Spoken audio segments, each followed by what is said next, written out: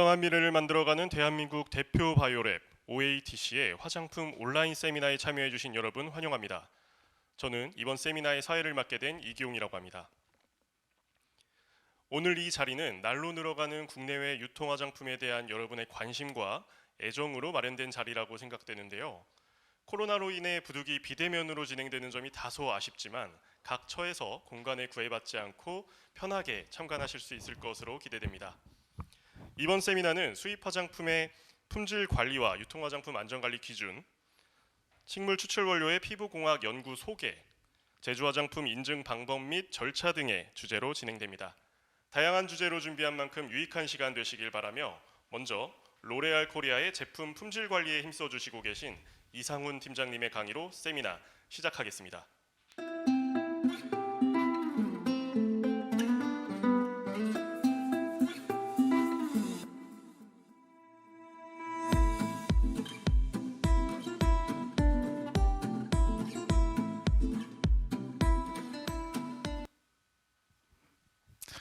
안녕하십니까. 저는 방금 소개받은 로레알 코리아의 이상훈이라고 합니다. 저는 로레알 코리아에 2011년도 입사해서 지금 현재 로레알 코리아 책임 판매 관리자 포지션을 맡고 지금까지 근무 중에 있습니다. 제가 주로 하는 업무는 식약처 대관 업무와 그 다음에 해외 공장 실사, 그리고 로레알 코리아의 품질 관리 전반적인 내용들을 책임지고 있습니다. 이번에 제가 준비한 강의는 세미나는 어떻게 보면 장업계에서 쭉 계셨던 분들한테는 굉장히 따분한, 그리고 워낙 체득이 되어 있을 부분이기도 합니다. 그런데 제가 준비한 부분은 조금 이제 장업계 입문을 하시고 저와 같은 책판 업무를 이제 시작하시는 분을 대상으로 조금 도움이 되셨으면 할까 해서 이 자리를 준비했습니다. 자, 그럼 세미나를 시작하도록 하겠습니다.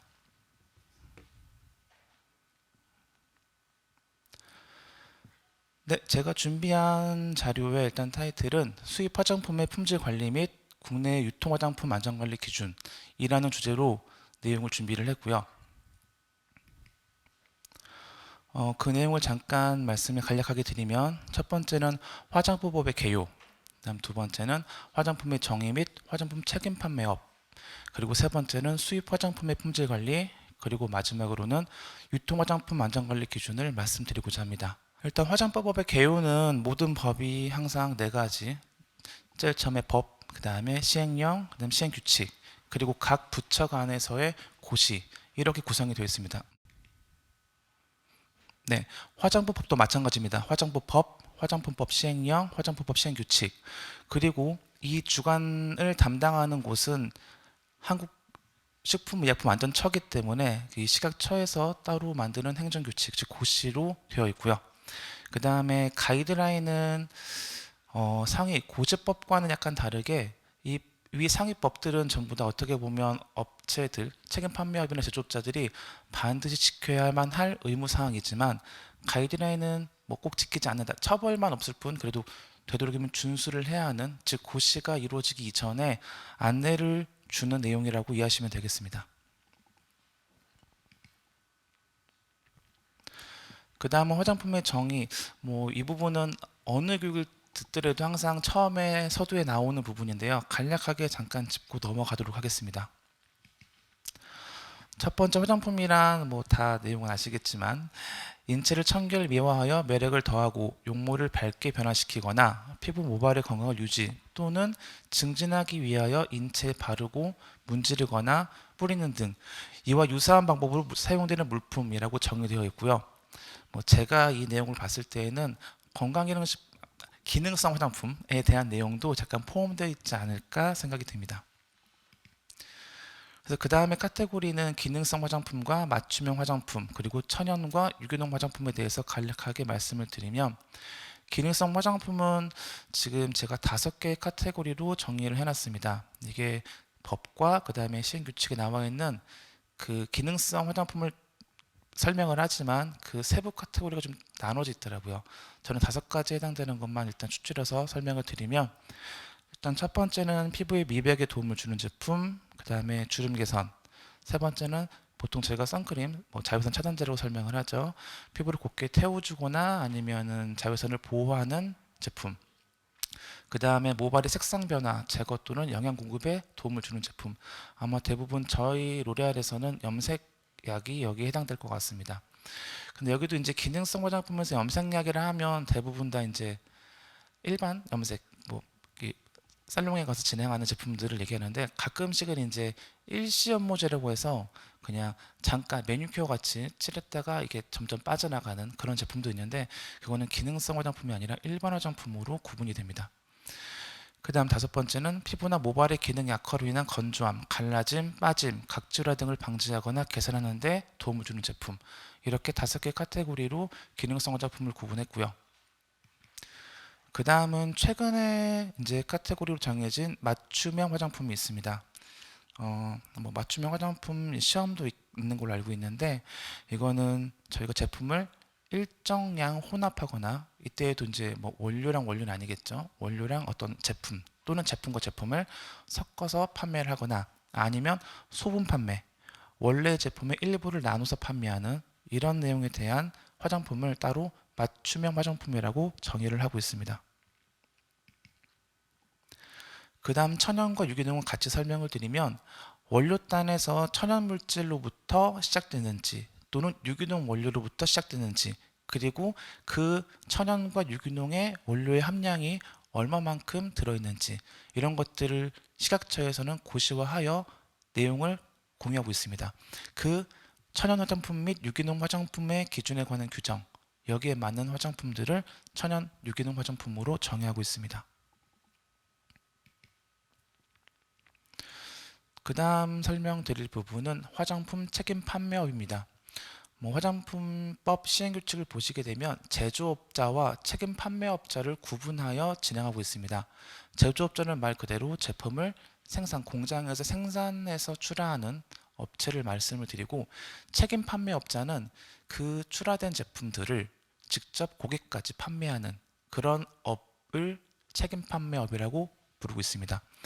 그 책임 판매업은 다시 한번 또 나눠지는데요. 법에서 말씀드리는 책임 판매업은 취급하는 화장품의 품질 및 안전 등을 관리하면서 이를 유통 판매하거나 수입 대행형 거래를 목적으로 알선 수여하는 영업이라고 되어 있고, 이때 타이틀에서 보시겠지만 책임 판매업이기 때문에 어떤 고객의 이상이라든지 아니면 제품의 불량이라든지 이런 것들은 모두 책임 판매업이 담당하도록 되어 있습니다. 그래서 책임 판매업 형태를 잠깐 보시게 되면, 첫 번째는 화장품 제조업자가 화장품을 직접 제조하고 그 다음에 판매까지 같이 진행하는 영업입니다. 대표적인 예로 아모레퍼시픽과 LG가 있겠죠. 이쪽은 직접 제조업도 등록을 하고 책임 판매업도 같이 등록되어 있는 경우를 말씀드립니다. 두 번째는 화장품 제조업자에게 위탁을 하고 제조된 화장품을 유통 판매하는 업. 그러니까 화장품 제조업자, OEM, ODM 업체가 되겠는데요. 이 업체한테 저희가 필요한 제품들을 위탁 판매를 시키는 거죠. 그리고 그 제품들을 가져다가 판매만 하는, 즉 공장이 없이 판매만 진행하는 책임 판매업이 여기에 해당되겠습니다. 그 다음 세 번째는 수입된 화장품을 유통 판매하는 영업. 저희 로레알 코리아가 여기에 해당됩니다. 저희는 해외 공장에서 만들어진 제품들을 국내에 들여와 국내 고객들에게 판매를 하고 있는 업을 유지하고 있습니다. 네 번째는 수입 대행형 거래입니다. 즉 전자상거래, 카카오라든지 아니면 네이버 이런 곳에서 판매를 하는 업체들을 또 마찬가지로 책임 판매업에 가입이 되어야만 합니다.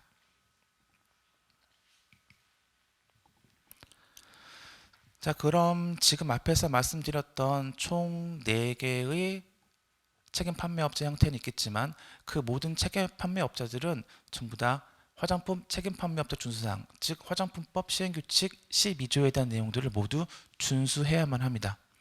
그 내용의 가장 큰 타이틀은, 화장품 책임 판매업자는 화장품의 품질관리 기준, 책임 판매 후 안전관리 기준, 품질 검사 방법 및 실시 의무, 안전성, 유효성 관련 정보사항 등 모든 내용들을 전부 다 준수해야 된다는 내용을 기반으로 지금 보시면 1, 2, 3, 4 총 10개까지 총 11개에 대해서의 각각 준수사항을 보여주고 있습니다.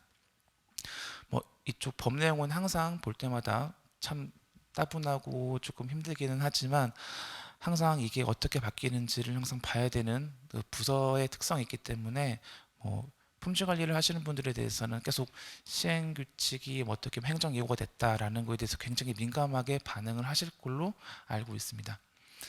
일단 제가 말씀드린 10가지 항에 대해서는 예전부터 지켜야만 하는 부분이기 때문에 좀 간단하게 설명을 드리겠습니다. 그리고 설명 중간중간에 특히나 로레알 같은 이렇게 수입 판매업자들이 지켜야 될 부분에 대해서 조금 강조를 하고 진행하도록 하겠습니다. 먼저 1항을 보시게 되면 별표 1, 모든 법 시행령 시행규칙은 항상 별표가 붙어있기 마련입니다. 그래서 그 별표도 같이 법을 보시다가 따라가서 확인하시는 게 반드시 필요하고요. 별표 1의 품질관리 기준을 준수할 것과 별표 2의 책임 판매와 안전관리 기준을 준수할 것. 제조업자는 보통 4대 기준서라고 표현을 하죠. 그렇게 갖고 계시는데 책임 판매업자는 이 두 개의 문서를 꼭 가지고 계셔야만 합니다.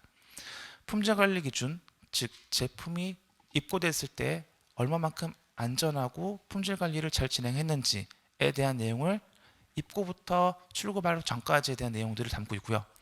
책임 판매 후 안전관리 기준은 이게 제품이 실제로 나갔을 때 고객들한테 어떤 컴플레인이 있거나 아니면 이거를 빨리 리콜을 해야 되는 어떤 그런 내용들을 담고 있습니다.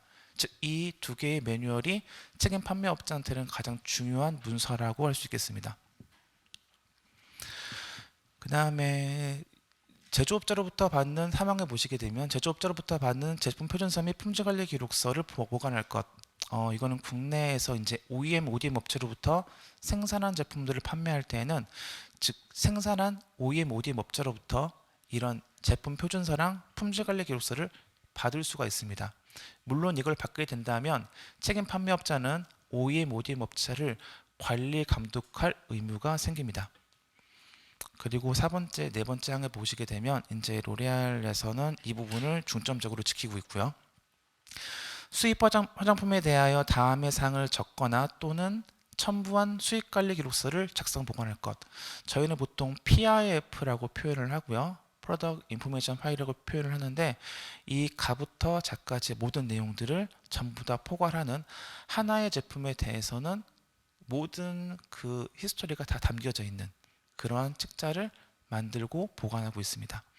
내용을 보시면 제품명 당연히 필요하겠죠. 그 다음에 국내에서 판매하려는 명칭, 국무명, 그 다음에 원료 성분의 규격, 어디서 만들어진 제조사, 그 다음에 기능성 화장품이라면 이게 심사나 또는 보고가 됐을 때에 대한 결과 통지서, 그리고 제조 및 판매 증명서, 그 다음에 한글 제품 설명서, 최초 수입 연원리 등등등 이런 내용들이 전부 다 포함이 된 PIF 수입 관리 기록서를 작성해서 보관하고 있습니다. 자, 앞단에서도 말씀드렸지만 품질관리 기준서 내용 중에 가장 중요한 거는 각 제품별로의 품질 관리를 철저히 진행한 뒤에 제품을 출하시켜야 합니다. 이랬을 때 기준은 제조 번호별, 로트별 또는 배치별이라고 표현하긴 하는데 이 제조 번호별로 항상 QC를 진행을 해야만 합니다. 근데 이 QC는 어떻게 보면 좀 다양한 방법이 있습니다. 아까 앞에서 잠깐 말씀드렸지만 제조업자로부터 품질 관리 결과서를 받을 수도 있습니다. 물론 제조업자에 대해서 관리 감독이 필요하겠죠. 그렇게 할 수도 있고 저희 같은 경우는 해외 공장에 실사를 다녀와서 그 공장의 COA를 가름할 수도 있습니다. 그 내용들이 모두 이제 시행규칙 12조에 나와 있는데요. 6번째 보시게 되면 아까 말씀드렸던 제조업자에게 품질 검사를 위탁하는 경우, 즉 제조업자는 제품을 생산한 뒤에 각자 제조업자가 가지고 있는 실험실에서 그 제품의 실험을 배치별로 제조 번호별로 실험을 진행하고 그 QC 레포트를 가지고 있기 마련입니다. 그러면 그 내용을 책임 판매업자가 직접 가지고 와서 그거를 대체로 사용할 수 있게 하는 겁니다. 그래서 그렇게 진행한다면 수탁자에 대한 관리 감독을 철저히 해야 하며 제조 및 품질 관리에 대한 기록을 받아 유지 관리하고 그 최종 제품의 품질 관리를 철저히 할 것이라는 어떤 기본적인 내용 하에 진행을 할 수 있습니다. 그 다음에는 7번과 8번이 유사하긴 한데요. 7항에 대해서 설명을 잠깐 드리면 수입 화장품을 유통 판매하는 영업, 저희 로레알 같은 케이스는 제조국 제조회사의 품질 관리 기준이 국가 간 상호 인증 또는 식약처장이 고시하는 우수 화장품 제조 관리 기준과 같은 수준 이상이라고 인정되는 경우에는 그 해외 제조 공장에서의 COA 즉 QC 레포트를 가져다가 쓸 수가 있습니다. 이때 우수 화장품 제조 관리 기준은 식약처 고시에서 GMP 실사에 관한 내용과 동일합니다.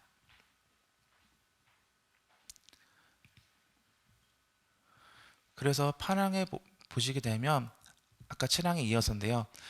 화장품 책임 판매업을 등록한 자가 수입 화장품에 대한 품질 검사를 하지 않으려는 경우에는 식약처장이 정하는 바에 따라 식약처장에게 수입 화장품의 제조업자에 대한 현지 실사를 신청을 하고 그 신청에 따라서 식약처의 연구관급과 주무관급 보통 2인 또는 3인 1조로 이제 참석을 하시는데요. 그분들을 같이 동행하에 공장에 직접 방문하여 실사를 GMP 기준 실사를 국내 GMP 기준 실사를 기준으로 공장 실사를 받습니다. 그래서 거기에 기준에 적합하다고 판정이 되면 현지 실사에 대한 적합한 GMP 규정 같이 이렇게 라이선스를 받게 되고 그러면 그 공장에 대한 그 공장에서 만들어지는 QC 레포트는 국내에 가져왔을 때 QC 레포트로서의 효력이 발생합니다. 네, 그다음 9항, 10항 내용은 뭐 품질 관리랑은 조금 뭐 다른 부분이기 때문에 이건 스킵하도록 하겠습니다.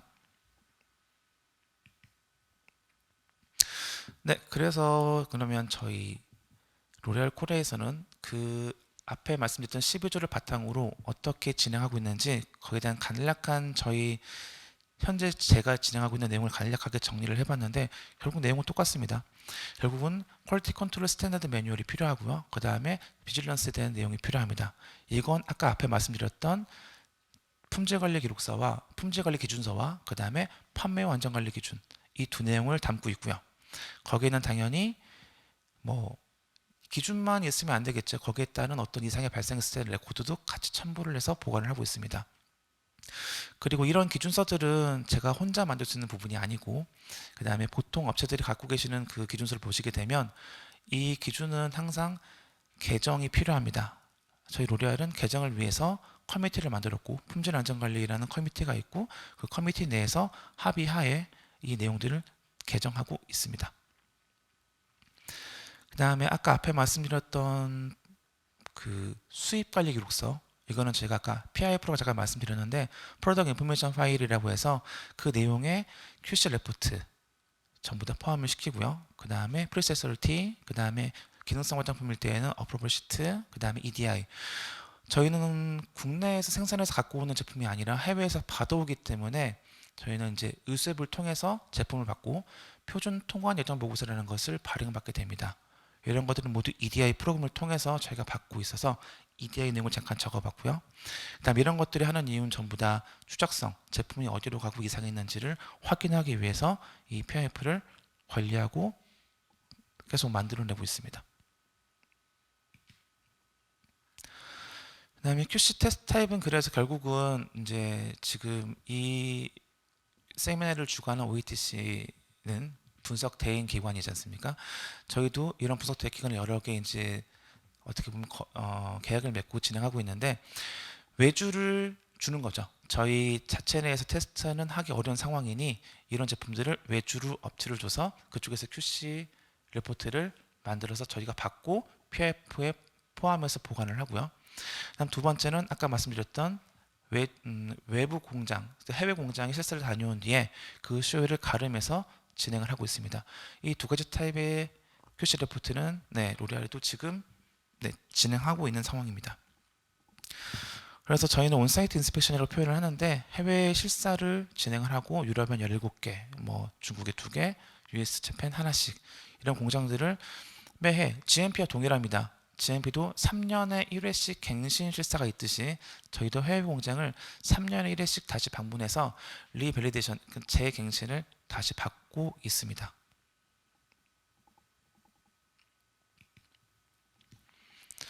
네, 여기까지가 책임 판매업자로서의 준수 사원과 그 다음에 저희 같은 수입업자들도 이런 내용을 어떻게 지키고 있는지 그 내용들을 설명을 드렸고요.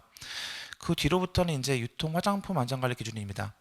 그러면 내부에서 어떻게 QC 테스트를 할지, 뭐 일반 화장품은 어떤 기준으로 뭐 어떤 테스트 아이템을 정해서 실험을 할지, 기능성 화장품은 어차피 식약처에 등록을 할 때 그 어프로벌 시트에 어떤 항목을 테스트하라라고 기재가 되어 있을 겁니다. 그래서 거기에 따라 진행하면 되지만 일반 화장품은 각 업체의 누군가가 이 제품에 대해서는 순, 뭐 납비소만 테스트하자, 또는 내용량 pH, 기능성 성분 테스트하자, 이런 거를 각자 설정을 하게 되어 있습니다. 그러면 그러한 테스트 아이템은 어디서 갖고 오느냐? 지금 보여드리는 유통화장품 안전관리 기준에서 보통 가지고 오고 있습니다. 물론 이거 이외에도 뭐 어떤 부분에 있어서는 필요하다 싶으면은 각자 업체에서 정할 수도 있겠지만, 아직 국내에서는 이 기준을 보통 이 유통화장품 안전관리 기준에 나와 있는 항목을 보통 기준으로 진행하고 있는 것으로 알고 있습니다. 따라서 품질 관리를 진행할 때에는 유통화장품 안전관리 기준이 그래도 어떻게 보면 한 기준점이 되기 때문에 이번에 잠깐 말씀드리고자 합니다. 내용은 납, 비소, 수은, 안티몬, 카드뮴, 니켈까지 헤비메탈 부분이고, 그 다음에 디옥산, 메탄올, 포르말데하이드, 프탈레이트, 그리고 그 뒤에 기능성 구성분과 내용량 pH, 그 다음에 미생물 한도까지 설명을 드리겠습니다. 납 같은 경우는 점토 원료를 사용한 분말 제품은 50ppm, 그 밖의 제품 20ppm 이하, 이렇게 관리를 하고 있고요. 내용은 일단 시험 방법이 어떤 건지를 조금 알고 계시면 뭐 직접 테스트를 하시거나 아니면 외주로 맡기실 때 편리할 것 같습니다. 지금 현재 이 시험법은 디티존법과 그 다음에 원자학번 강도법, 보통 AS라고 표현하시죠. 그 다음에 유독의 플라즈마 분광기, 그 다음에 질량 분석기, 보통 ICP, ICP 매스라고 표현하실 겁니다. 보통 대부분의 헤비메탈은 뭐 다 아시겠지만 금속 원소들을 확인할 때에는 AS와 ICP, ICP 매스로 진행을 하고 있습니다. 그 다음 비소는 규정상 10ppm 이하로 관리를 해야만 하고요. 그 다음에 이 시험 방법으로는 비색법, AAS, ICP, ICP 매스, 이 시험법이 있습니다. 지금 이렇게 식약처에서 납, 비소 이런 식으로 어떤 기준치 이하는 이게 뭐 꼭 넣는다는 뜻이 아니라 이 제품을 만들다 보면 어쩔 수 없이 트레이스로 존재할 수가 있습니다. 그 레벨에서 어떻게 보면 인체에 미치지 않는 범위, 그러면서도 뭐 우연찮게 들어가거나 과학적으로 제거할 수 없는 범위를 설정해서 이렇게 10ppm으로 정해진 것으로 알고 있습니다. 그 다음은 수은입니다. 수은은 1ppm 이하로 관리해야만 하고, 그 다음에 시험 방법으로는 수은 분해 장치, 일반적으로 그냥 습식법이라고 얘기하죠. 여러 가지의 유리 기구를 가지고 세팅을 해서 진행하는 방법이고요. 그 다음에 최근에 많이 하고 있는 수은 분석기로 진행하기도 합니다. 이게 ICP나 뭐 ICP 매스로도 진행이 가능은 하지만 수은의 디텍션이 조금 떨어진다. 그리고 수은 분석기가 너무나 좀 민감하고 되게 좀 잘 나오는 어떤 장비이기 때문에 안전관리 기준에 포함이 되어 있는 걸로 알고 있습니다. 안티몬은 10ppm 이하, 이것도 마찬가지로 헤비메탈이기 때문에 AS나 ICP로 진행할 수 있습니다. 카드뮴은 5ppm 이하, 마찬가지 헤비메탈 동일하고요. 니켈은 눈화중용에서 35, 색조는 30, 그 다음에 그 밖에는 10ppm, 이런 식으로 각각 한도를 규정하고 있습니다. 그 다음은 디옥산입니다. 디옥산은 지금 화장품에서 사용할 수 없는 원료인데, 이게 PEG나 폴리에틸렌 이런 것들이 같이 섞여 있을 때 에틸렌 옥사이드, 에톡실레이션이 발생을 하면 이게 부산물로 나올 수가 있거든요. 그래서 그랬을 때 가장 최저치를 100ppm 이하로 설정을 했고, 보통 이거는 GCMS로 실험을 진행하고 있습니다. 그 다음 메탄올입니다. 메탄올은 이거는 성분으로 쓸 수가 없죠. 그런데 메탄올이 발생할 수 있는 어떤 그런 환경이 조성이 되면 뭐 일단 일반적인 화장품에서 0.2% 이하, 그다음 무류지는 약 0.002% 이하로 관리하라라고 규정이 되어 있습니다. 시험 방법으로는 푹신 항성법이 있고, 그 다음에 GC로 분석이 가능하고요. 당연히 GC 헤드스페이스도 가능하겠죠. 보통 무류지는 GC 헤드스페이스로 진행하는 걸로 알고 있습니다. 물론 GC 매스가 여기는 없기는 하지만 GC 매스로도 분석이 가능합니다.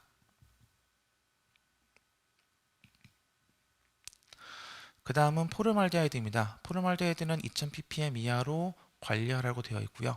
그 다음에 이 포름알데하이드는 보통 HPLC로 분석을 하고, 분사법을 잠깐 나중에 보시게 되면 포름알데하이드는 HPLC UV 비저블에서는 디텍팅이 잘 되지 않습니다. 그래서 이제 유도차와 과정을 거치게 되거든요.